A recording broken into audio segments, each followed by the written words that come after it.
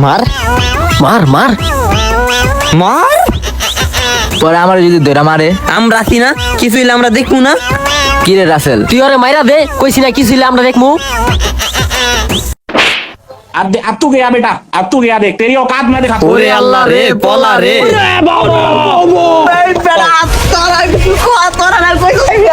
হ্যাঁ, আমরা তো দেখতাছি ঘুরানিটা অনেক সুন্দর হইতাছে, আরে আরো দুইটা ঘুরানি বেশি দে।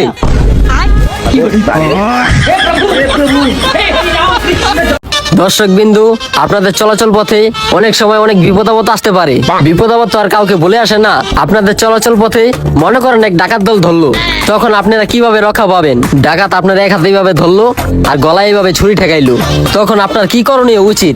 আপনি যদি এইভাবে একটা ঘুষা মারেন তাহলে আপনার গলা কেটে দিবে, আর যদি আপনি পেটে একটা ঘুষা মারতে যান তাহলেও আপনার গলা কেটে দিবে।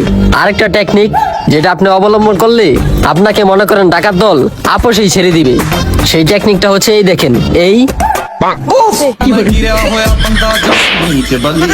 দরকার হইলে একটা থাবর খাবেন, তারপর আপনার জীবন বাঁচবে।